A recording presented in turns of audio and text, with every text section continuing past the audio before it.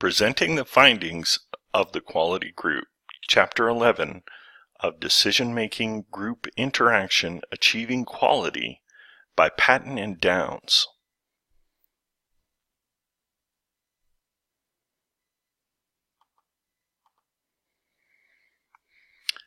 Data collection and analysis tools. Data must be relevant, representative, and reliable. Relevant data means that the data is important to the group. What you're collecting has group significance. Representative data is choosing a subset of a particular group or population. We call this sampling. What you want to try to do is you want to try to achieve the same diversity and gender equity that appears in the larger group. And what that does is it makes a microcosm from which to draw relevant data that can be expanded and extrapolated to be representative of the entire population. Reliable data is necessary. The reason being is if it's skewed data or false data, then it can't be replicable, which means that subsequent people that come in and try to establish the same findings that you have found in your data collection of that representative group will not find the same conclusions. Now we're going to discuss some of the data collection and analysis tools. Moreover, analysis tools. What you'll see on your slide right now is a bar graph that's representative of a control chart. A control chart is a graphic comparison of measured characteristics, either quantitative, having to do with numbers, or qualitative, having to do with beliefs or feelings, with desired or projected norms. Now on page 146 of your text, you'll be able to see sales versus complaints, and you're looking at the lighter gray area being the number of sales and the darker area being representative of the number of complaints received. A cause and effect diagram, or fishbone chart, is the first step in analysis in determining what causes a problem. The diagram is an attempt to show a relationship between a problem, an effect, and the potential causes of the problem. The cause and effect diagram assists the group in analyzing problem areas and in determining how well the process functions. Now, as discussed in the weekly introduction of the agenda and faith integration component video, this is going to be your assignment for the week. This is your learning activity. In the Patton text, review page 147 and pay close attention to the cause and effect diagram as you see on your screen right now. Create a fishbone chart, and I showed you where a link to a fishbone chart would be located for this week's assignment.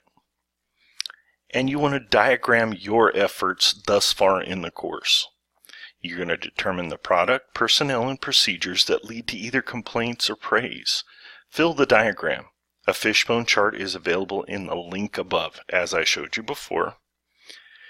Now, we talked about what formats that you can submit it in. Should you wish to submit a Prezi or a PowerPoint, just contact Dr. Davis or I first, and then you'll be able to put that together and submit. The next chart that we're going to be looking at is a Pareto chart. The Pareto chart was developed by 19th century economist Vilfredo Pareto. This is the 20-80 rule. Now, a lot of economists talk about this rule in that 20% of the population owns 80% of the wealth.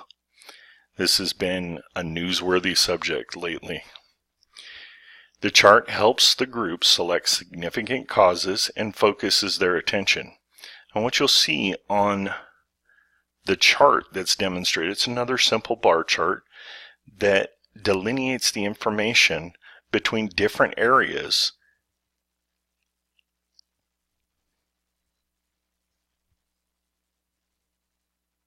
of a motel and the areas that generated the complaints. And this is how they can determine ways to improve service.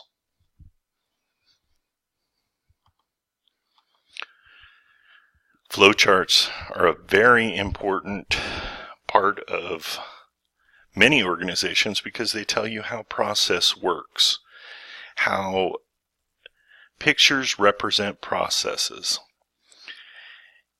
Individual steps can interrelate, and one thing leads to another until you receive the desired outcome. A PERT chart is a program evaluation and review tool. This was designed for the space program in the 1960s, late 1950s, late 1960s, throughout. It was designed for multiple processes to operate independently on a single project. So you could farm out different pieces of technology to come back together to compose a rocket. It was truly a collaborative event.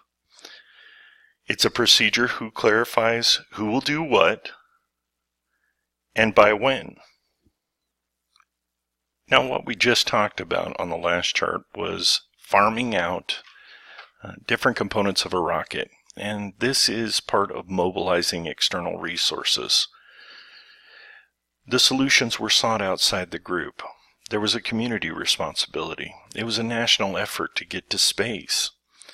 Persons outside the group, NASA being the core group in this example, provided significant assistance, and they all had an impact to society by which their group was a component. Now, from Patton and Downs on page 150, it will require procedures and skills of advocacy in addition to skills of group interaction. Reorganizing into a new, larger group, some would say these days a global group, with the International Space Station being a great example.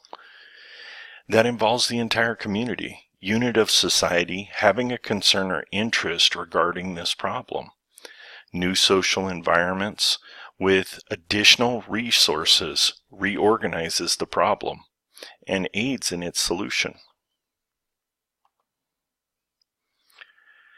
Now, we want to continue with mobilizing the external resources by providing a standard set of procedures for group problem solving. And that's to meet with other concerned persons, clearly identify the mutual concern, analyze the impelling and constraining forces of the problem, identify the possible approaches, evaluate the suggested alternatives, develop a detailed plan of action, and then seek opinions of others in the larger community. We're all different. And so we all have different ways of thinking about things, or feeling. We want to address the group's primary concerns and not just be concerned with ourselves, and also address their biases, which can constitute blind spots in problem-solving abilities. Now, what we want to try to do is solve problems as if we were they, or them, or a member of an outside group. When we do that, we obtain an accurate understanding of what their thinking is. We invite them to collaborate with us, whether it's in our meetings or whether it's in our own group discussions, to better understand the nature of the problem. We ask for their opinions freely. We don't want to alienate or make someone scared to be able to share and provide things with us. We read their published statements. It's always great to do research on what's already been covered so we can link what we're trying to do with what's already been tried to be done. We want to interview the spokespersons, the people that have the most hands-on of the problem. And when we're reading Backy, we can see that. We can see that we went to the source of the issue And while those people are the expert, they're the subject matter expert in their particular situation, there's still an opinion gathering that takes place. So I see that all of these are relevant. Analysis to solve the problems continued. So what happens when we disagree with someone? It's important to bolster your personal courage, to understand that you have conviction, and that shouldn't come out in aggression. Again, you don't want to alienate the persons that you're trying to assist. You also don't want to adopt their thinking. You don't want to go against your own intuition and ideas in these circumstances of what you know to be correct, because you're informed. As you come into a situation, you may have more knowledge or more current knowledge of issues that have transpired in like events. You need to be sincere in your argument. If you're not, and you're just towing the party line and trying to convince someone of someone else's ideas that you don't really ascribe to, that will come out. And you will be found out as an insincere person, and you won't be able to establish the trust. You want to seek to understand their view, not by adopting their view, but understanding why they came to that conclusion. And as you advocate, you will attempt to get others to adopt your analysis of the problem and your proposed plan of action. Now, you can't do that by being assertive and shoving a stack of papers under someone's nose and hoping that you're going to generate buy-in from that. It's done by a calm process of introduction of pieces of information through respect. Now, I want you to consider your audience and how they listen to you. If you look at the illustration that's on the page, when you're trying to speak above people, people generally are dismayed. But when you try to meet the people at their need, then they come to understand you as trying to help them. You need to be cognizant of biases, prejudices, vested interests, whether political aspirations, monetary considerations are a factor, or if persons have prior commitments that get in the way. You need to familiarize yourself with their thinking. The objective is to integrate your thinking with theirs to provide for the desired outcome. Discuss the problem with as many people as you can. Share it. That's what collaboration is all about. Ask for their opinion. Read their published sources of communication. And there and again, we say, do not adopt anything that you disagree with. Honestly offer them your thinking. We're seeking to influence others. Tell your listeners what you believe. Indicate the reasons why your belief is credible. And the quote from Patton and Downs has some significance. Make sure they realize that you clearly understand they believe and that you have clearly evaluated its basis to change their beliefs. No one's going to listen to you if you want to just espouse statements or quotations from other people. They're going to have to know that you entertained what they had to say and were interested in what they had to say. You have to show them why your belief is credible. Tell them why you want to change their beliefs by being clear and honest. Attitude is defined by Patton and Downs as a predisposition to behave in a particular way under a specified set of conditions. Sometimes you can assess a listener's attitude by their behavior. Some people are stoic, and you will not see it. A listener's observable behavior, their predisposition to act, can be deceptive. You could have stalwart persons looking back at you with blank stares and not know whether or not they agree with you. An opinion, for the purposes of Patton and Downs, is a verbal or written expression of attitude. Opinions inconsistent with real attitudes that you can see are pressure from groups or organizations. We commonly refer to this as peer pressure, of which the person is a member.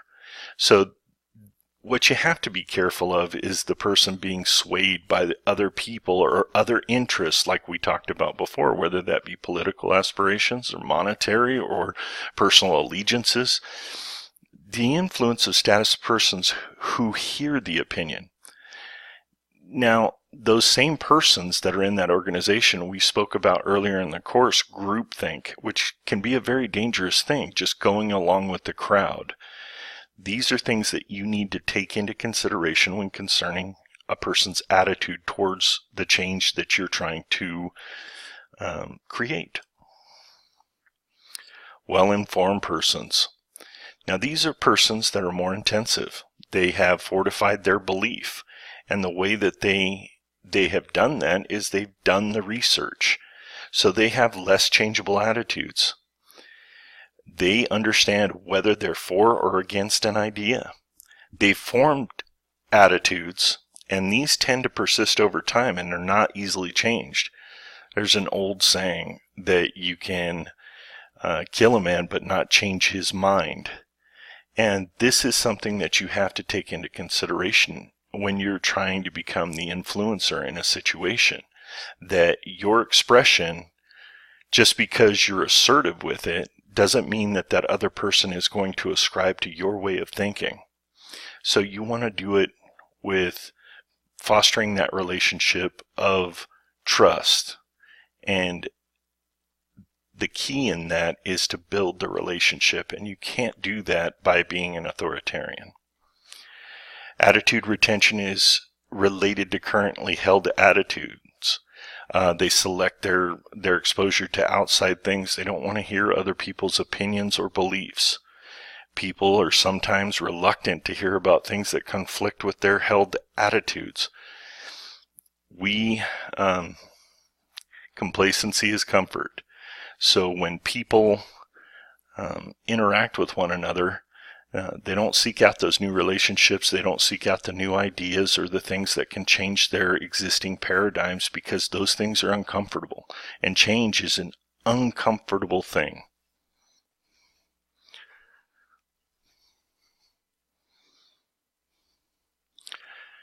So now we're going to help listeners decide questions of policy. You are seeking to think for other people, to identify problems and achieve solutions for others who are affected by problems but who are uninformed about important things in their environment. Now, the book gives you 3 stock issues. The issues are submitted in question form and can also guide your attempt to change attitudes. Stock issue number 1, is there a need for the change? So we have to carefully compare the existing condition that seems to bother you with a condition that you desire. Analyze the nature of the problem. Carefully identify all possible significant approaches to solving the problem that you have analyzed. So there isn't just one way. And it's important to involve others in this decision-making process and not just selecting a specific way to do it, because you may impact others. As we saw in the Backy book, when authoritarian decisions were made, there were inconsistencies with production and equipment maintenance. So looking outside the box is not a problem, but there should be careful analysis before making any change.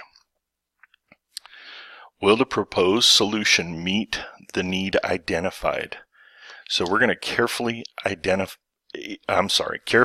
evaluate the probable workability of each optional approaches that you identify. So you have all of these people that are coming forward with different ideas, and then you can take a look at the possible impacts that those can create by careful evaluation.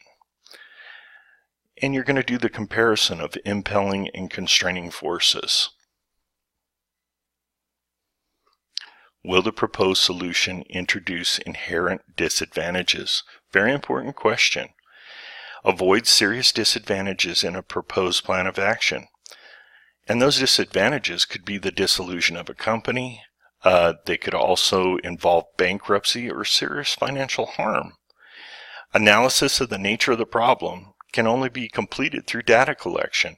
And we want to make sure that data collection is in its most raw form and that it hasn't been skewed or tainted or influenced in any way by anyone's biases. The data has to be raw and it has to be looked at, and then we can identify the compelling and restraining forces. A description of the detailed action plan. Action plan. We need to have a plan. And then we can move forward with the best decision.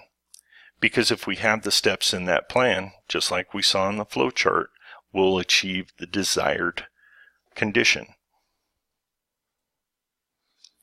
The persuasion paradigm. So we're showing a shared concern. Basic cares in common. We all have common ground. Demonstrate the need for change. Compare what is with what ought to be. Compare the alternatives. Identify alternative approaches or actions. Paint a picture of your plan in action. Describe how your listener will look, act, and feel under your new program. These are important things to people. They want to understand how this change is going to affect them, and then it won't create the anxiety that maybe the initial telling of the plan can create. I want to say thank you. This is Chapter 11, and thanks for sticking with me.